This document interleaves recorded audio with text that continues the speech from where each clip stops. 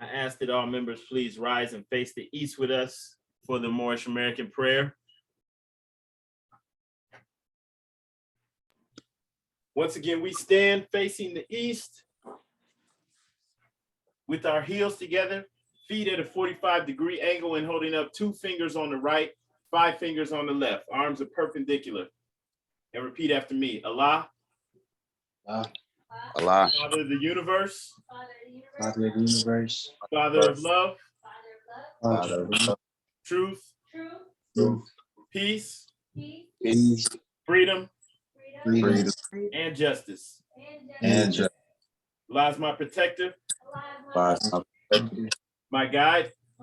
My God. And my salvation. My salvation.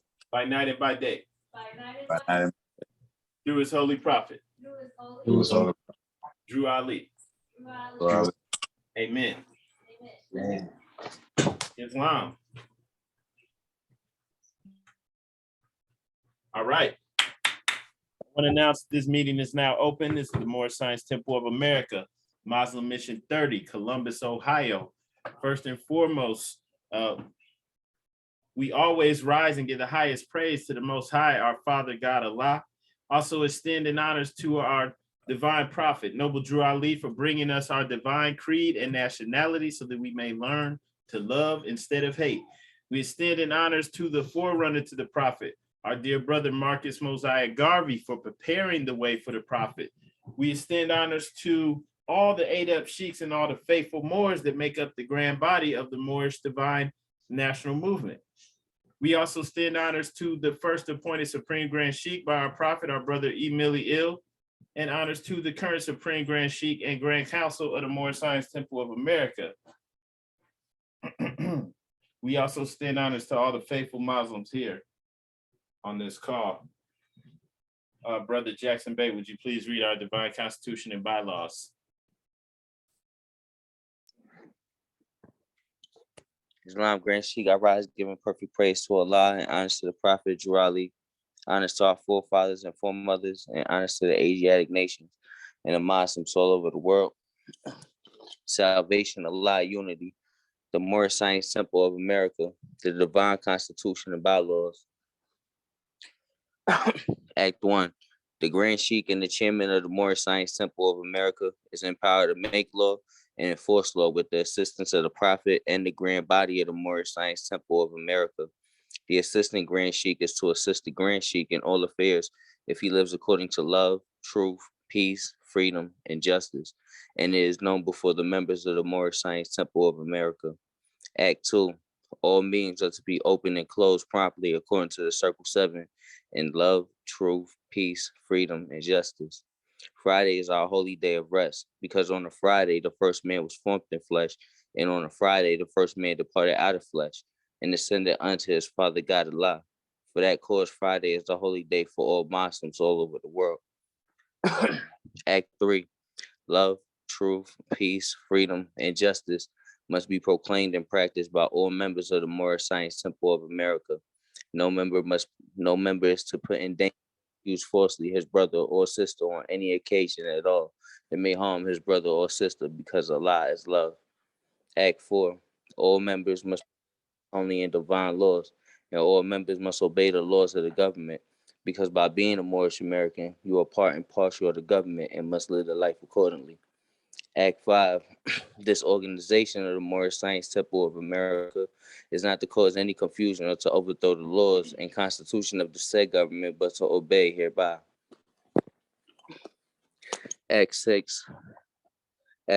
With us, all members must proclaim their nationality, and we are teaching our people their nationality and their divine creed, that they may know that they are part and parcel of this said government, and know that they are not Negroes, colored folks, Black people, or Ethiopians, because these names were given to slaves by slaveholders in 1779 and lasted until 1865, during the time of slavery.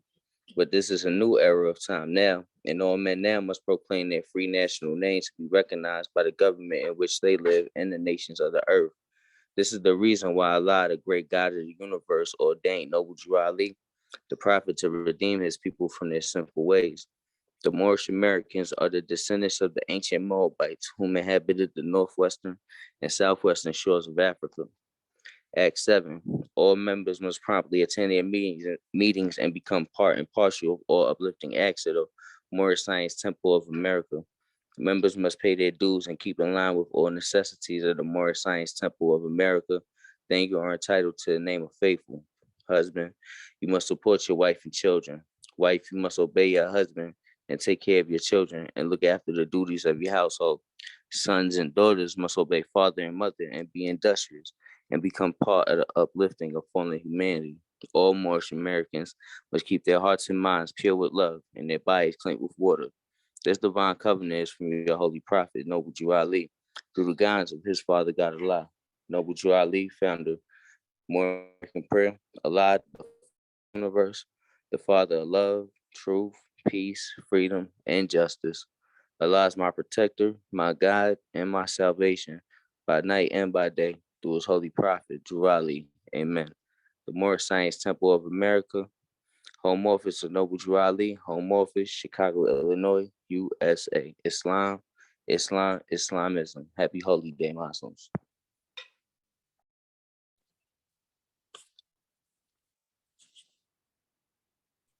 Islam and gratitude, brother. Gratitude. Brother Cole Bay, would you please read the writs? Islam, Grand Sheikh. I rise to give perfect praise to the great God Allah. Rise to give honors to the Prophet Noble Jew Ali. Rise to give honors to the forerunner Marcus Mosiah Garvey. Rise to give honors to all ills and bays, all Muslims on the call, all Muslims on the planet. To be proclaimed at every meeting, Islam. I am glad to know I have a few faithful Moors among you all, and I desire for them to know the truth and the divine truth. There is a host of jealousy about me and the movement now by the same people of our side of the nation that claimed that I was a joke and unreal. But now, since they found out from the government officials and the nations of the earth that this is the only sole foundation that all Asiatics must depend upon for their earthly salvation as American citizens, they are working every scheme that they can to disqualify me so they may take charge of the situation. I have notified all these things to you long ago in the past. It is through the faithful Moors that attribute to the movement and uplifting funds. The ones that pay their divine respects to me and the movement will be remembered. That is why I'm calling upon all faithful Moors to increase their faithfulness to me, your prophet, and your divine Moorish movement. I need finance, and I need it badly. Never before have I needed finances so badly as I do at present, so I can shove aside the discord that is facing the nation. It all comes through jealousy because of my fame and nobility. The nations of the world will not recognize the movement without I, the prophet, being head. It has been proven by my works, which I have performed in the past few years. Prophet, Noble Jew Ali. Prophet warns all Muslims to be read in every meeting. I hereby inform all members they must end all radical speeches while at work, in their homes, and on the streets. We are for peace and not destruction. Stop flashing your cards at Europeans. It causes confusion. Remember, your card is for your salvation. Failure to obey these orders will be a severe consequence. We are for love, truth, peace, freedom. And when these principles are violated, justice must then take its course. Any member or group of members who hold malicious feelings towards the temple or the prophet, or violate the divine covenant of the Moorish movement, will receive their rewards from Allah for their unjust deeds. All true Moors will and must obey the law laid down to them by their prophet. If they lose confidence in their prophet, they should turn in their cardin button, cease wearing their turban and fez, and return to the state where I, the prophet, found you. This is a holy and divine movement founded by the prophet Noble Jew Ali, and if the prophet is not right, the temple is not right. The prophet, therefore, is sending out a divine plea to all Moorish Americans. They do their part in protecting the prophet and the temple. This is an everlasting movement founded by the prophet through the will of Allah to redeem his people from their sinful ways. Peace, Noble Jew Ali. To the members of the Moorish Science Temple of America, Islam. This is instructions from your prophet, Noble Jew Ali. Be faithful unto your forefather divine and national creed, that you will be blessed for your good deeds that you sow in the flesh. Allah is the one that judges the world, and his judgment is on now. But the weak can comprehend it not. The end of times are drawing near. So says Allah to his divine prophet, I, Noble Jew Ali. And that is why many hearts have turned to stone. Many have eyes to see, but cannot see, ears to hear, but cannot hear, lest they'll be confounded of their sins. These are the trying hours now, dear Moors, and every evil spirit is moving. And they are trying every weak mind to overthrow and drag out the true foundation that has been laid and to cause confusion in the minds of the ones that do believe. But if you have the true love of Allah and the spirit of your forefathers, you fear not what you hear or see, but will sacrifice the utmost of your very life to protect your movement and your profit. Watch your enemies, dear Moors. Your enemies are the ones that speak against your prophet and ridicule him to the very lowest, and the ones that speak against your divine and national principles of your temples. Act accordingly, and Allah will bless you for your good work. Peace, your divine prophet, Noble Jew Ali. Islam, Islam, Islamism. Happy Holy Day, Miles. Islamism and gratitude, brother. Sister Lachey L, would you please read our additional laws? Islam. I rise and give perfect praise to the great Father God Allah. Honors to the Prophet Noble Drew Ali. Honors to the forerunner Marcus Mosiah Garvey, and honors to all Muslims around the world. Questionnaire and additional laws for Moorish Americans by the Prophet Noble Drew Ali. Act 1. Grand sheikhs and governors and heads of all temple, all business. Each said temple must be approved by the Prophet Noble Drew Ali. Before acting upon by any members, let it be finance, property, or any line of life that will cause the members to sacrifice finance, etc., that will cause the support of any group of members. Any former officer that violates these laws is subject to be removed from his office under a heavy restriction, etc., by the Prophet or the Grand Sheikh. Act 2. All members are to attend their ERDEP meetings and their public meetings promptly. If a member is found standing around on their meeting period, shall be fined 50 cents on the first case, and on the second, he will be fined $1, which will go on your emergency fund. If member is working, his monthly dues must be paid, and if he has money in the bank, he must subscribe for as much as he is able to the Moorish uplifting funds, because it takes finance to uplift the nation. Act 3. It is the lawful and divine duty of every good member, if he is able in finance, to aid me in saving the nation, and if he does not, he is an enemy to the cause of uplifting his own people, and justice must catch you. Let it be he or she, according to love, truth, peace, freedom, and justice, as I have the power invested in my hands, and I will have to enforce the law in order to save the nation. Act 4. All members, while up making a public speech, must not use any assertion against the American flag or speak radical against the church or any member of any organized group, because we are to teach love, truth, peace, freedom, and justice. Act 5. All members must promptly attend their meetings and send their children to Sunday school, and the teacher must confirm himself to the questionnaire, and let every member exercise his 5 senses who is able to do so, because out of your Sunday school comes the guiders of the nation. Act 6. With us, all members must proclaim their nationality and we are teaching our people their nationality and their divine creed, that they may know that they are a part and parcel of this said government, and know that they are not Negroes, colored folks, Black people, or Ethiopians, because these names were given to slaves by slaveholders in 1779 and lasted until 1865 during the time of slavery. But this is a new era of time now, and all men now must proclaim their free national name to be recognized by the government in which they live and the nations of the earth. This is the reason why Allah, the great God of the universe, ordained Noble Drew Ali, the prophet, to redeem his people from their sinful ways. The Moorish Americans are the descendants of the ancient Moabites who inhabited the northwestern and southwestern shores of Africa. Act 7. All members must promptly attend their meetings and become a part and a parcel of all uplifting acts of the Moorish Science Temple. Members must pay their dues and keep in line with all necessities of the Moorish Science Temple. Then you are entitled to the name of faithful. Husband, you must support your wife and children. Wife, you must obey your husband and take care of your children and look after the duties of your household. Sons and daughters must obey father and mother and be industrious and become part of the uplifting of fallen humanity. All Moorish Americans must keep their hearts and minds pure with love and their bodies clean with water. This divine covenant is from your holy prophet, Noble Drew Ali, through the guidance of his Father God Allah. Islam. Happy Holy Day, Muslims. Islam, and happy holy day, sister.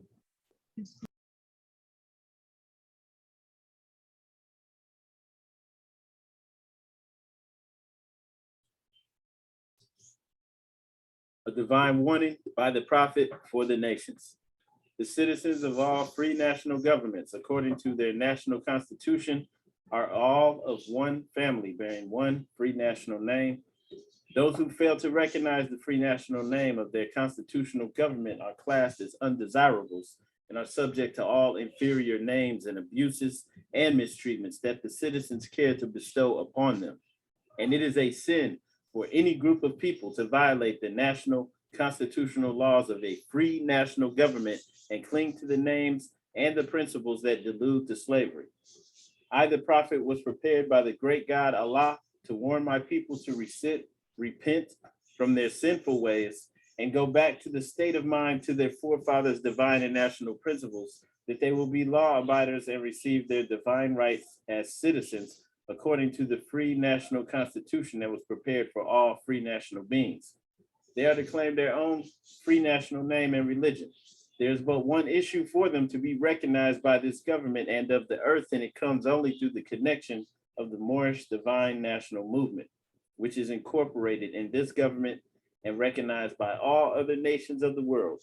And through it, they and their children can receive their divine rights unmolested by other citizens, that they can cast a free national ballot at the polls under the free national constitution of the state's government and not under a granted privilege, as has been the existing condition for many generations. You who doubt whether I, the prophet, and my principles are right for the redemption of my people, go to those that know the law in the city hall and among the officials in your government and ask them under an intelligent tone, and they will be glad to render you a favorable reply, for they are glad to see me bring you out of darkness into light. Money doesn't make the man. It is free national standards and power that makes a man and a nation. The wealth of all national governments, gold and silver, and commerce belong to the citizens alone, and without your national citizenship by name and principles, you have no true wealth. And I am hereby calling on all true citizens that stand for a free national free government and the enforcement of the Constitution to help me in my great missionary work, because I need all support from all true American citizens of the United States of America.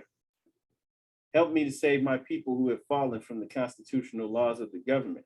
I am depending on your support to get them back to the constitutional fold again, that they will learn to love instead of hate, and will live according to love, truth, peace, freedom, and justice, supporting our free national constitution of the United States of America.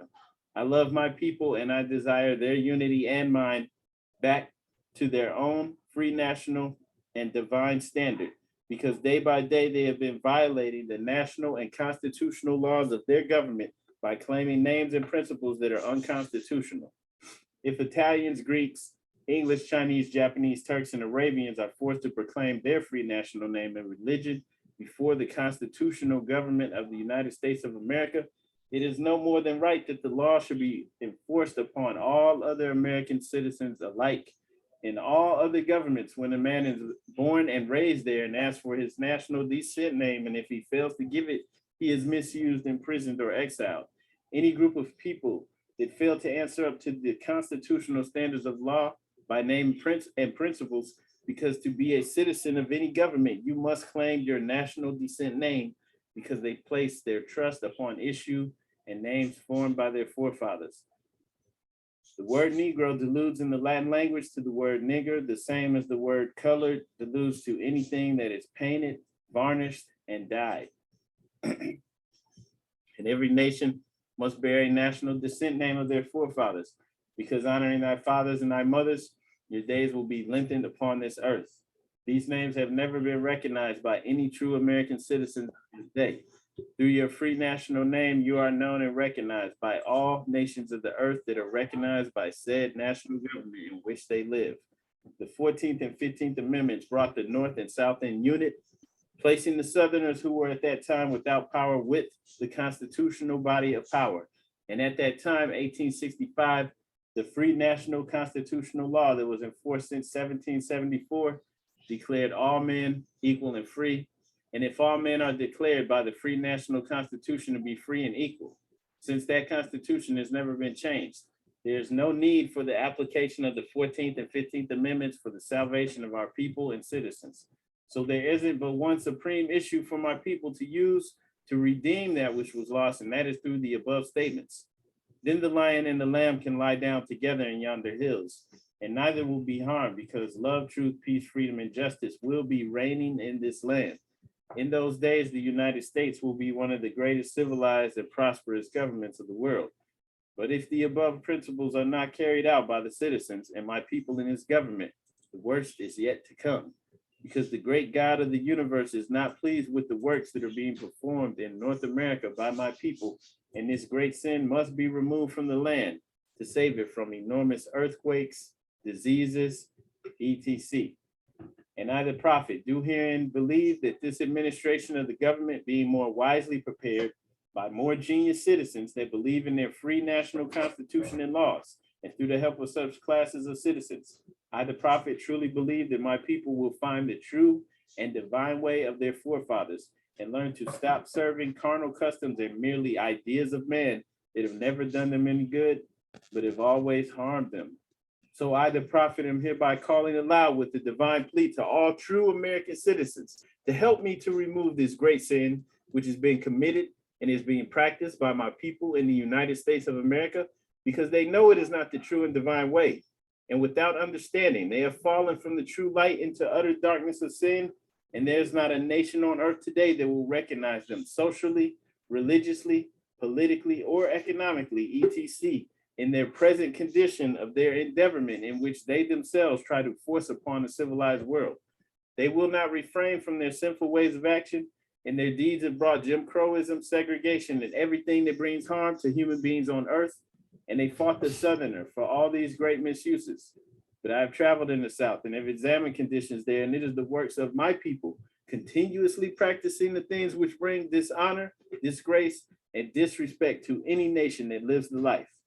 And I'm hereby calling on all true American citizens for moral support and finance to help me in my great missionary work to bring my people out of darkness into marvelous light. From the prophet. All right, Islam Moors, we will be reading chapter 35, Holy Instructions from the Prophet, Religion. We have spoken on this chapter recently, but it's a big chapter, so I want to touch on a few things there, okay? And once again, that's chapter 35 in the Holy Quran, Holy Instructions from the Prophet, Religion. Okay, and just to reiterate briefly why this is important, okay? We have to understand collectively that our original way of life, our culture, and our religion was taken from us, and we were given something else, okay? If we look at the Doctrine of Discovery, okay, which was, you had a papal bull, Inter Caetera, was issued by Pope Alexander VI on May 4th, 1493. All right, and then this played a huge role in the Spanish conquest of the New World. This particular papal bull stated that any land not inhabited by Christians was available to be discovered, claimed, and exploited by Christian rulers. And then it declared that the Catholic faith and the Christian religion shall be exalted and be everywhere increased and spread to the that the health of souls be cared for, and that barbarous nations be overthrown and brought to the faith itself. And you know, pretty much anytime you're seeing Barbary, Saracens, they're talking about us. They're talking about Moors. Okay, to get you to remove your fez and turban, lay down your sword, and come up under Christianity. Okay, and giving up your own way of life, your power, not even Christianity, because you have some groups like in Ethiopia, they've been practicing Christianity, possibly even before you had the first churches in Europe, right? But we're not doing what they're doing, right? We're coming up under Christianity under the Pope, right? Under the Roman emperor. So it's a version that's been prepared for you to keep you in a subservient position. Okay. And then with the Doctrine of Discovery, that became the basis for all the European claims in the Americas. Okay. And that was also used later on for the United States as they expanded west. There's a Supreme Court case, 1823, Johnson versus McIntosh. The Chief Justice John Marshall's opinion in the unanimous decision held that the principle of discovery gave European nations an absolute right to rule the New World lands. That's the Supreme Court. All right, so the Indians, the so-called Indians, they only had the right to occupy the land, and that could be abolished at the drop of a hat, right? So you have to have your own way. You can't go under someone else's rules and regulations, someone else's view of God and just way of life, right? So this entailed everything for us. So we have to come into our own. Right. You also, okay, in the late 90s and the early 2000s, the papal bull that came back into the main stream consciousness, because you had a portion of Catholics that petitioned Pope John Paul II to formally revoke it and to recognize the human rights of the indigenous people, the non-Christian peoples. Okay. And so things are changing. All right. So you have to be aware of this. We have to be aware of this and come back into our own. Okay. So that's enough to discover that. But, you know, for the most part, this was an attempt to come into the kingdoms of the Saracens, the Moors, and to claim it for themselves. Okay, that's what it was all about. Okay, so it didn't matter where the people were, how civilized they were, they deemed them savages and they baptized them as Christians. And if they didn't go along with it, they made things extremely difficult for them. Okay, and so this is how this applies to us. So we have to come into our own. The prophet returned our religion to us, right? Not only our culture and our nationality, but he returned our religion to us so that we could come back into power. We can't do it. We're always hamstrung going up under someone else's way. Now, you know, Christianity works for you. Cool. You know, not knocking that for anyone, just saying, you know, for us, we have to understand what happened historically, because it still is in effect to a degree now. All right. So let's go ahead. And before we go into chapter 35, want to read a few things from Moorish literature. Okay, also relating to this same topic. First, let's just take a look at what is Islam. I may not read these whole passages, so you can go and look at these on your own. In the Moorish literature book on page 24. What is Islam? Islam is a very simple faith. It requires man to recognize his duties toward God Allah, his creature and creator, and his fellow creatures. It teaches the supreme duty of living at peace with one's surroundings. It is preeminently the religion of peace. The very name Islam means peace. The goal of man's life, according to Islam, is peace with everything. Peace with Allah and peace with man. It's very simple. How can anybody have anything against this? Okay, we're not saying you have to learn Arabic. You have to take an Arabic name. That's not an Islamic name. That's an Arabic name. Okay, that's just like saying Spanish is an Islamic name. No, it's not. Or Christian. You know, you have to have a Spanish name to be Christian. No, it's not.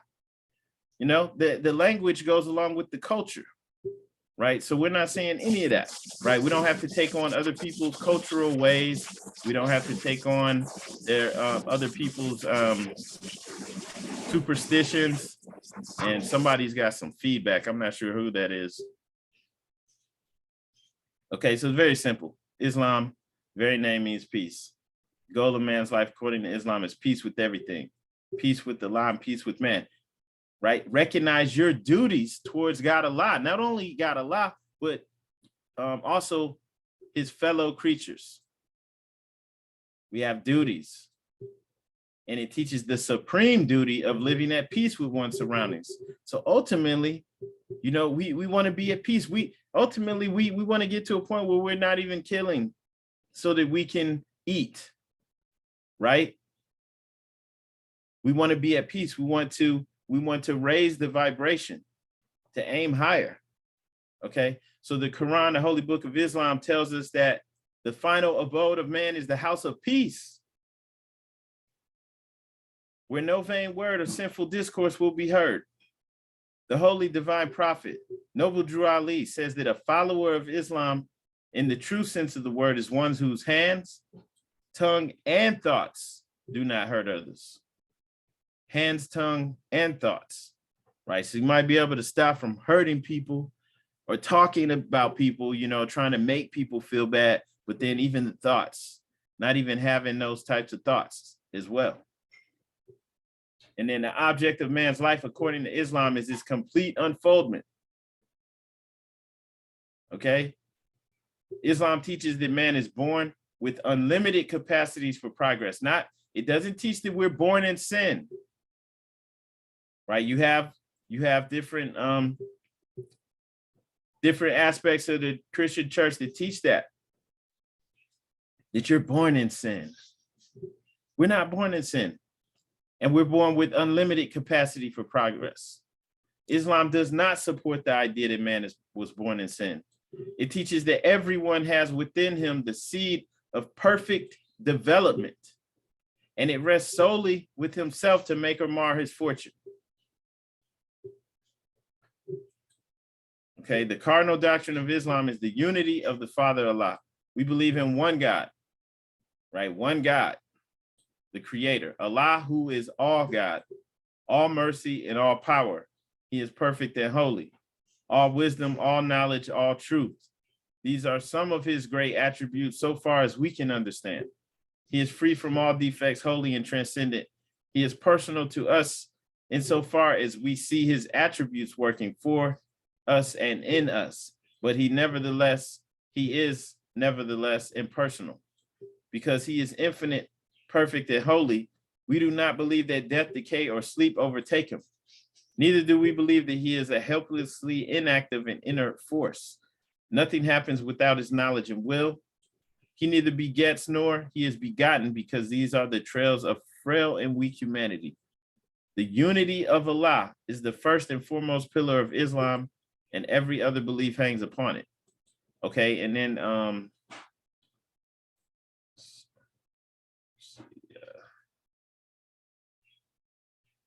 also want to briefly touch on some things from Moorish leaders' historical message to America. Okay, and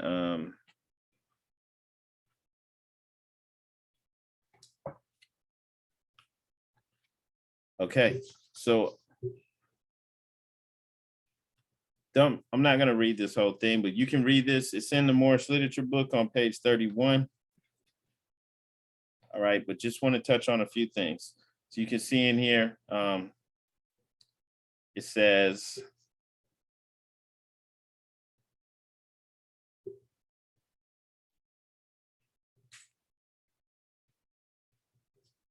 sorry. All right, so we're given the objects, the aims, and the rules and regulations of the Moorish Science Temple of America, right? What the temple is really about, so that we all have a good understanding. Okay, at all times, upholding those fundamental principles which are desired for our civilization of our posterity, such as obedience to law, respect and loyalty to government, tolerance and unity. Okay, so if you hear anyone speaking anti-government, any of these things, well, you know, I understand where you're coming from, but we're not about that. Okay, we stand on higher principles.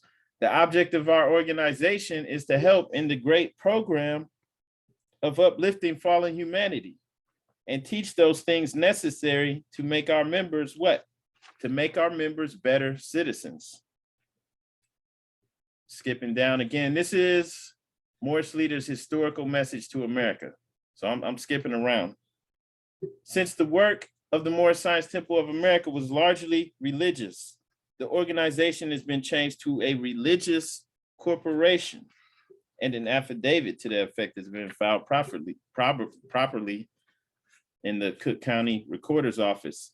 Inspired by the lofty teachings of the Koran, okay, we have it as the revealed word of God Allah, speaking about the Quran revealed to the Prophet Muhammad. We shall foster the principles of its teachings among our members. This is our religious privilege as American citizens under the laws of one of the greatest documents of all time, the American Constitution. He refers to this as one of the greatest documents of all time. This is written by the Prophet Noble Drew Ali. Okay, Muhammad was the founder of the Mohammedan religion. Okay, and this is another name too for Moors. When you see Mohammedan, usually when they're speaking about, at least especially in the past, they're speaking about Moors. Okay, and that's used interchangeably in here. See the Moors or Mohammedans added to the beauty and grandeur of Spain. Okay, but just speaking on this, the Quran should be of interest to all readers. It is the Bible of the Mohammedans, ruling over the customs of over 200 millions of people, almost 1 billion people now. Okay, but then I want to hit on some stuff. Okay, and speaking about our religion as we practice. Okay.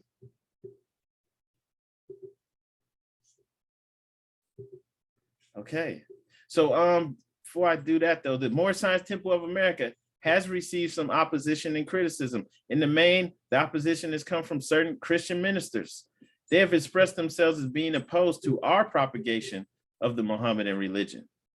Okay. So he encountered pushback from some of the Christian ministers, probably more than likely speaking about our own people, right? Pushing back against it. But this is one of the reasons why they would have pushed back. We can do things that in many cases they can't. In connection with our religious aims and beliefs, we must promote economic security. This is a part of our religion. In connection with our religious aims and beliefs, we must promote economic security. Okay? So once again, just going back to that image, in under Christianity as given to us by the people who conquered us, this is not about promoting our economic security. This is why we can have neighborhoods that have, and I'd say this respectfully, because I'm not against the Christian church and definitely not out here trying to talk bad about any groups or speak radical, but it's the truth. We have to tell the truth. We have neighborhoods that are impoverished that have several churches, some that even have a church on every other block.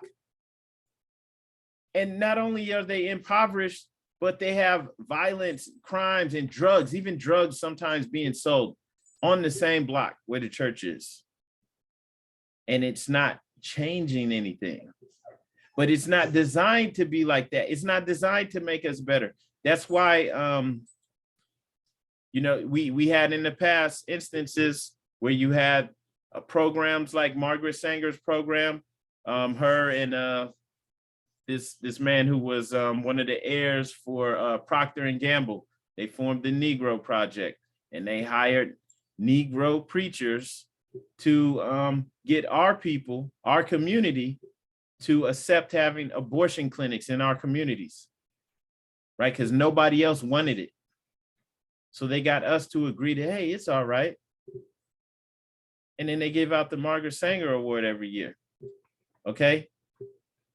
Or at least they used to, okay? So it wasn't formed to empower us, and it wasn't formed so that we could use it to empower ourselves economically, socially. Not saying that it's all bad, not saying that nobody's done any good with it, just keeping it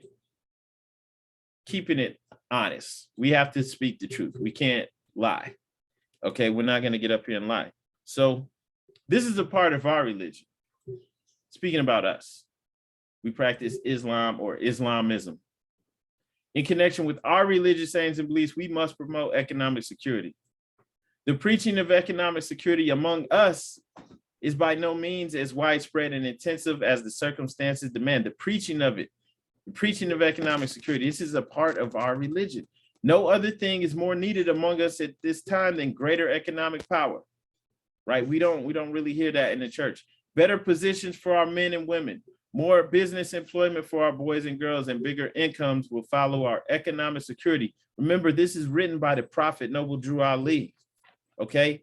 And for anyone who doesn't remember, this is entitled Moorish Leaders' Historical Message to America. So we're supposed to all know this. We shall be secure in nothing until we have economic power. A beggar people cannot develop the highest in them, nor can they attain to a genuine enjoyment of the spiritualities in life. So this is a part of us realizing our spiritual potential. This is a part of our religion. This is why we're reading this. Read carefully the Doctrines of the Moorish Temple of America. It contains our hopes, aims, rules, and articles of religion. Every member should have a copy. So just to reiterate that, we should all notice. And then once again, the prophet, he didn't let that go because this is a big deal. This is a big deal. The problems of life are largely social and economic. In a profound sense, they are moral and spiritual. Okay? So this is important for us. It is a part of our religion. Economic security, economic power. We can't leave that out. Okay? And you can also see in Masterpiece of Religious Literature, Secrets of Other Creeds Revealed, where the prophet talks about Americanizing the Oriental idea of Islam. Okay, for us specifically. All right. Such changes are carefully considered with the idea to avoid changing the complexion of the original text. Okay, so this is specifically with us in mind, because we can't uplift fallen humanity if we can't uplift ourselves. The sole purpose of the prophet in giving such a message to the world is to save fallen humanity. That's in Masterpiece of Religious Literature, Secrets of Other Creeds Revealed. So the sole purpose of the prophet in giving such a message to the world is to save fallen humanity. But he's coming specifically to us because we're in a position where our entire culture was stripped from us. Okay? Whether they had people that were actually brought over here via slave ships from Africa, or it was the people who lived here who looked like the brother who's up here on this painting, who were already living here, who were already civilized, had their own way of life. Okay? They wound up, losing the war. Their children got sent off to other places and told that they came from Africa, regardless of where they were from, whether they were from North Carolina or what. Their culture was stripped. And they were baptized with Christian names and with the new identity now. So this is why the prophet came to us. And he brought us back our turbans and fezzes, and also gave us our own religion. Okay, so this is why we must understand what this is really about. so that we can empower ourselves, right? So the prophet said that we can't even reach, the spiritual enjoyments of life. So it's a part of our spirituality. We can't leave it out. We can't reach our potential if we don't take care of the economic portion. Okay. All right. And so this is another good one to look at. The Masterpiece of Religious Literature, Secrets of Other Creeds Revealed. Okay. Also, we're going to go to the members of the Moorish Science Temple of America, which was read earlier. Also by the Prophet Islam. This is the instruction from your Prophet, Noble Drew Ali. Be faithful unto your forefathers' divine and national creed, that you will be blessed for your good deeds that you sow in the flesh, right? Be faithful to your forefathers' divine and national creed, not to the thing that was forced upon us in the last 100 or 200 years or 300 years, right? Taking it back a little bit before that. Allah is the one that judges the world, and his judgment is on now, but the weak can comprehend it not. Why can't they comprehend that Allah's judgment is on now? Right now, right? They can't see it because you have Netflix, because you have video games, right? We have all of these shows. You have everything on demand. You can just watch it. When I was a child, the cartoons only came on Saturday. Maybe if you get up early, you can see, cartoons before or after school, maybe too. But for the most part, it was Saturday. Now it's on demand, anything you want. So there's all these distractions. Okay. So everybody doesn't have eyes to see and ears to hear. And that's what also many hearts have been turned to stone. We have so many distractions and so many people are drowning in the cares of the world.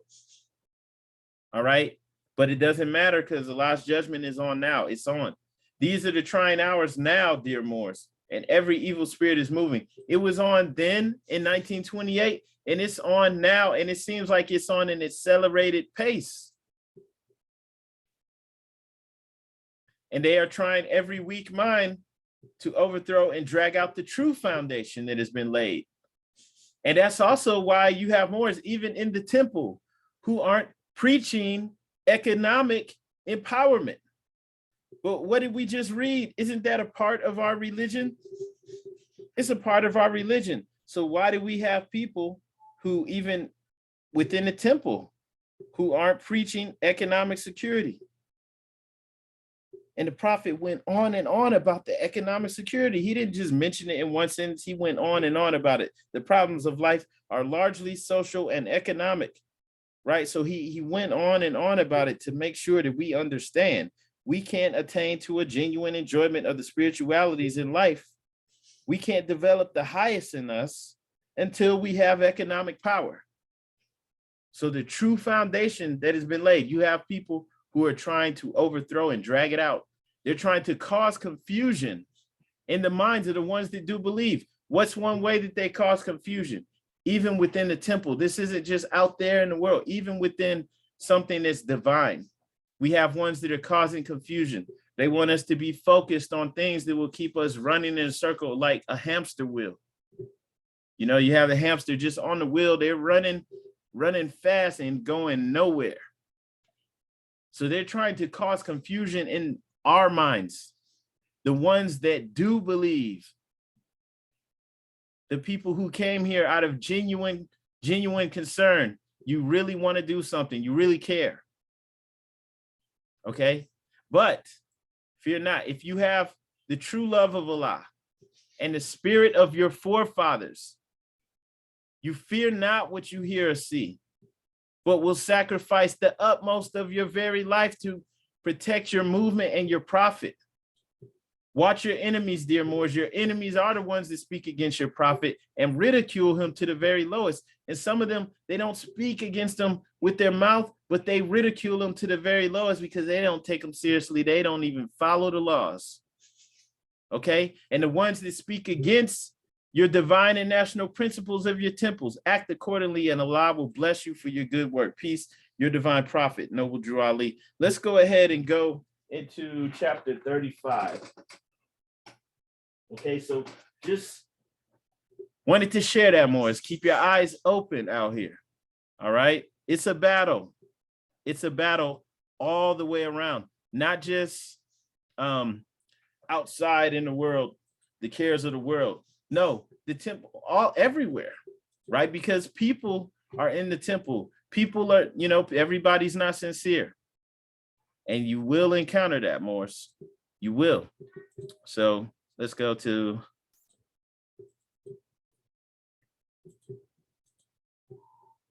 and we're gonna skip around a bit. But this was a big chapter. So I just wanted to make sure that we didn't leave anything out when we discussed this previously. All right. Holy instructions from the prophet, religion. Okay, and let's get a definition on religion. It's a set of beliefs concerning the cause, nature, and purpose of the universe, especially when considered as the creation of Allah, usually involving devotional and ritual observances to him, and often incorporating a moral code governing the conduct of human affairs. Okay. All right. And remember, religion, one of the definitions for that from the etymology of religion would be to bind back, right? Or to bond, which is unite. And so we use this to unite with others and also to bind us back to the ways of our forefathers. All right.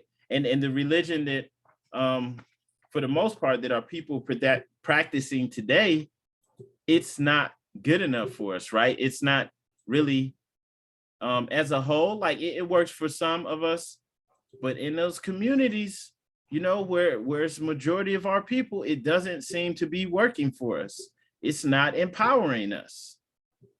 It really isn't. Okay, but we're returning back to something that's divine, that was created for our earthly and divine salvation. Okay. All right, and so verse 1 is really just reiterating what this is all about. There's but one Allah, the creator, the author, the creator, the governor of the world, almighty, eternal, and incomprehensible. And today is the information age. You can hear all types of stuff. Some people will try to break down the word Allah and act like we're, worshiping a demigod or something like that. It's like, no, it doesn't matter what anyone else says, right? We're talking about the supreme being, right? The source, the author, the governor, the originator, the creator, the father, right? The father of all virtues and divine ideas, okay? The creator of the entire universe, the supreme creator, the causeless cause and the rootless root. And then almighty means all powerful, unlimited power, omnipotent, okay? Incomprehensible, unable to really truly be understood from a physical perspective, from a physical, by the physical mind, right? It's impossible to understand, to really comprehend it, because it doesn't have limits. It's boundless. Okay. Okay, moving on. The sun is not Allah, though his noblest image. Okay. So the sun, that's the star in the center of our solar system. All the planets revolve around it, receive light from it, right? Heat, all of these planets, are receiving some form of sustenance from the sun, right? So it's amazing. It's incredible, but it's one of Allah's creations. We don't worship the sun, right? There are ancestors who in the past worship the Son. And it's saying, well, it's his noblest image, but no, that's not it, right? Just clarifying, making it sure, because there's some people who worship certain planets, right? Or they'll tell you that, no, you don't really worship that. Your religion is really worshiping Venus, or you worshiping Saturn. No. That's not what we're talking about. All right. To the one who's supreme, most wise and beneficent, and to him alone belong worship, adoration, thanksgiving, and praise. All right. Let's go forward a little bit. Just once again, referring back to the omnipotence, reverence, the majesty of the omnipotent, and tempt not his anger, lest thou be destroyed. Omnipotent, like that's a word that we don't really use a lot, but once again, that's just unlimited, right? Universal power, all powerful, all knowing, omnipotent, everywhere, in existence everywhere at the same time. Just reiterating what we're talking about. We're talking about the creator of all. So it doesn't matter, if people have other religions, Buddhism, whatever they have is a religion, we respect it because, in our eyes, we're all talking about the same thing, right? We're just using different languages or different words. So there's no problem with us, with studying other religions and respecting other people's ways of worshiping or recognizing the creator. Okay. There's one more verse in here I wanted to speak on.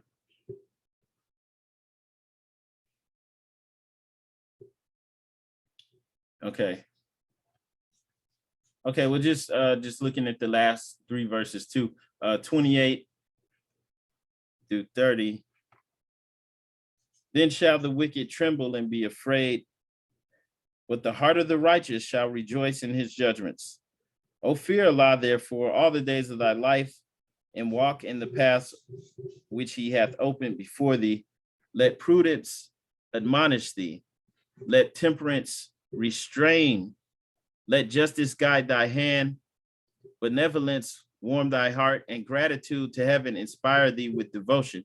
These shall give thee happiness in thy present state, and bring thee to the mansions of eternal felicity in the paradise of Allah. This is the true economy of human life. So in just in that verse, in verse 29, we're being given actually keys on how to govern our own thoughts throughout life, right? For example, when it says, let prudence admonish thee, right? Admonish is guide. That means to guide or to direct, right? To warn you, to caution you, right? So we're,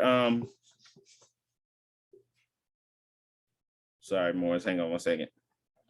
Right, so we're just, when we read that, let prudence admonish thee, right? We're always to follow the course of wisdom, right? To always calm down and to heed that still small voice that speaks within.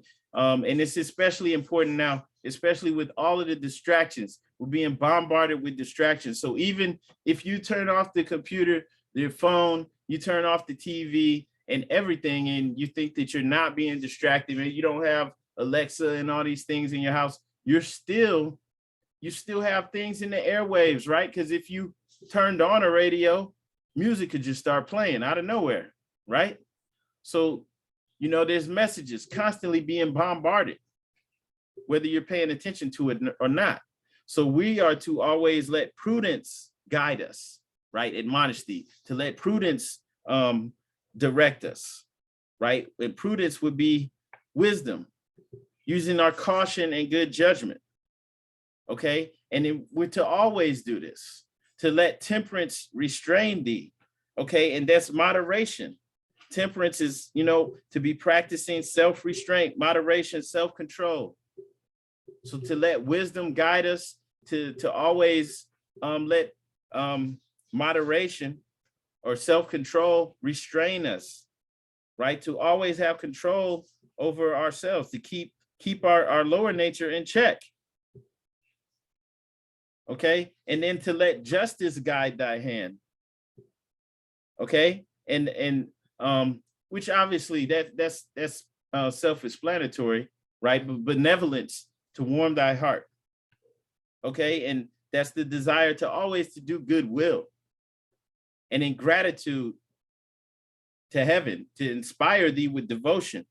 And gratitude, you know, being thankful, always showing appreciation for everything we have. So if we have this appreciative attitude, you know, we'll always be inspired to accomplish greater things, and to even if you're down on your luck, right, to still find something to be grateful for, because we always have something to be grateful for.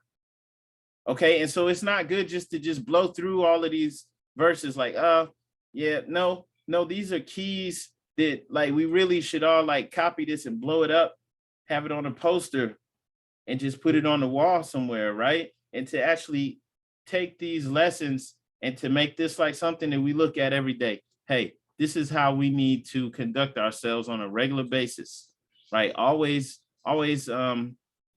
be guided by wisdom, you know, the still small voice, right? Don't let all of this stuff drown it out, right?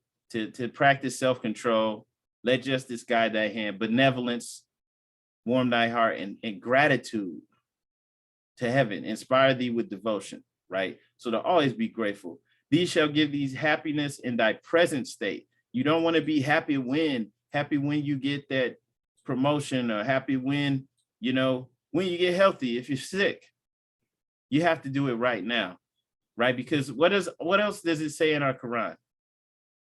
Heaven and hell are states of mind. It's a state of mind. So if we can control our thoughts, right, and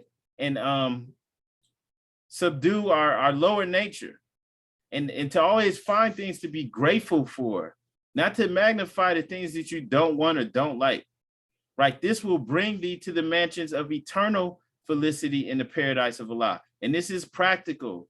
This is something that we can always apply to our lives, right? So yeah, and I would just advise everybody, go back over this chapter 35. I think just that one verse right there, that's powerful. That's something that we should apply to ourselves every day. And that's why it says, last verse, this is the true economy of human life. You know, very simple. We practice those, it brings you to the mansions of eternal felicity in the paradise of Allah.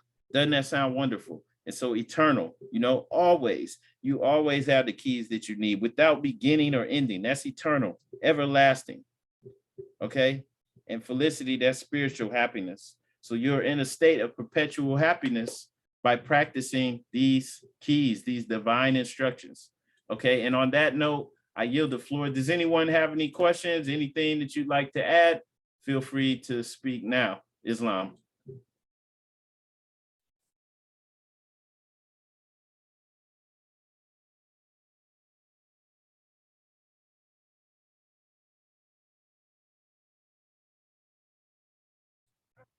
Okay, Islam. If there's no questions, want to announce without further ado, we're going into the closing of the meeting.